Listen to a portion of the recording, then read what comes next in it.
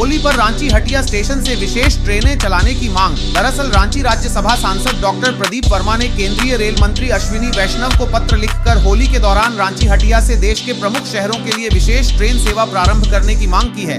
Doctor Verma ने अपने पत्र में लिखा है कि रांची राजधानी होने के साथ साथ सामाजिक, आर्थिक और राजनीतिक गतिविधियों का प्रमुख केंद्र है। शिक्षा, रोजगार, चिकित्सा, व्यापार और पर्यटन सहित विभिन्न कारणों से बड़ी संख्या में लोग रांची से देश के अलग अलग हिस्सों की यात्रा करते हैं। ऐसे में रांची हटिया रेलवे स्टेशन राज्य के यात्रियों के लिए महत्वपूर्ण आवागमन केंद्र है। होली जैसे बड़े पर्व के दौरान यात्रियों की संख्या में अत्यधिक वृद्धि होती है। वर्तमान में उपलब्ध ट्रेन सेवाएं इस अतिरिक्त दबाव को संभालने के लिए पर्याप्त नहीं है। उन्होंने सुझाव दिया कि होली पर रांची हटिया से जम्मू, एर्नाकुलम, अहमदाबाद, इंदौर, प्रयागराज, सिकंदराबाद, नई दिल्ली, गोरखपुर, बीकानेर, लखनऊ एवं जयपुर जैसे प्रमुख गंतव्यों के लिए विशेष ट्रेन सेवाएं अथवा अतिरिक्त फेरे संचालित किए जाएं। इन सेवाओं के शुरू होने से यात्रियों को सुविधा मिलेगी। झारखंड सरकार की एक नई घोषणा के अनुसार राज्य की मनीया सम्मान योजना की महिला लाभार्थियों को आत्मनिर्भर बनाने के लिए अब 20,000 रुपए तक का सस्ता माइक्रो लोन दिया जाएगा। बहुत ही कम ब्याज पर मिलने वाले इस पैसे से महिलाएं अपने घर से ही छोटा कारोबार शुरू कर सकेंगी। इसका लाभ लेने के लिए पात्र महिलाएं अपने नजदीकी प्रज्ञा केंद्र या बैंक में जाकर संपर्क कर सकती है। झारखंड के राशन कार्ड धारकों के लिए बड़ी खबर है कि सरकार ने ई-केवाईसी करवाने की आखिरी तारीख आगे बढ़ा दी है।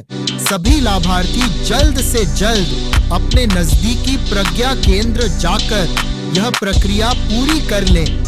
समय पर केवाईसी करवाने से आपका मुफ्त राशन बंद नहीं होगा और आपके परिवार को हर महीने मिलने वाला अनाज बिना किसी रुकावट के मिलता रहेगा।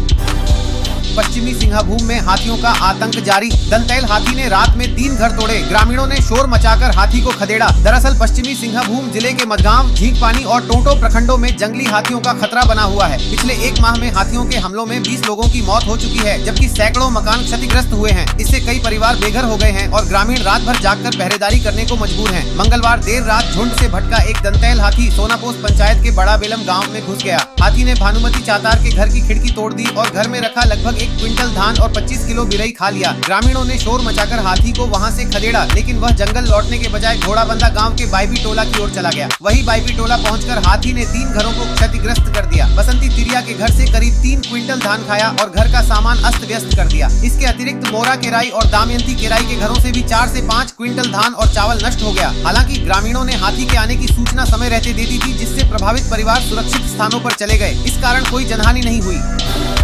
झारखंड सरकार ने अबुआ आवास योजना के तीसरे चरण की लिस्ट जारी करने का आदेश दे दिया है।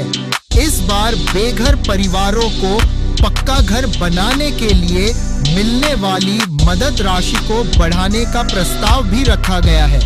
जिन लोगों ने आवेदन किया है वे अपने ब्लॉक कार्यालय जाकर लाभार्थियों की सूची में अपना नाम देख सकते हैं और योजना का लाभ ले सकते हैं। झारखंड का पारा 2 से 3 डिग्री तक गिरेगा। गुमला, हजारीबाग सहित 5 जिलों में ठंड। 24 घंटे में कई जिलों का पारा 10 डिग्री से नीचे। दरअसल राजधानी रांची समेत झारखंड के विभिन्न हिस्सों में गुरुवार को हल्के बादल छाए रहने की संभावना है। मौसम विभाग के अनुसार इस बदलाव से मौसम में ज्यादा अंतर देखने को नहीं मिलेगा और फिलहाल बारिश के कोई आसार नहीं है। हालांकि बादल छंटने के बाद तापमान में गिरावट दर्ज की जा सकती है। वहीं शुक्रवार के बाद न्यूनतम तापमान में 2 से 3 डिग्री सेल्सियस तक की कमी आने की संभावना जताई गई है। विभाग ने बताया कि उत्तर पश्चिम भारत में सक्रिय पश्चिमी विक्षोभ के कारण राज्य के मौसम में यह परिवर्तन देखने को मिल रहा है। यह विक्षोभ कमजोर पड़ने के बाद 13 फरवरी तक एक और नया पश्चिमी विक्षोभ देश के पश्चिमोत्तर भाग में दस्तक दे सकता है, जिससे एक बार फिर मौसम में बदलाव संभव है।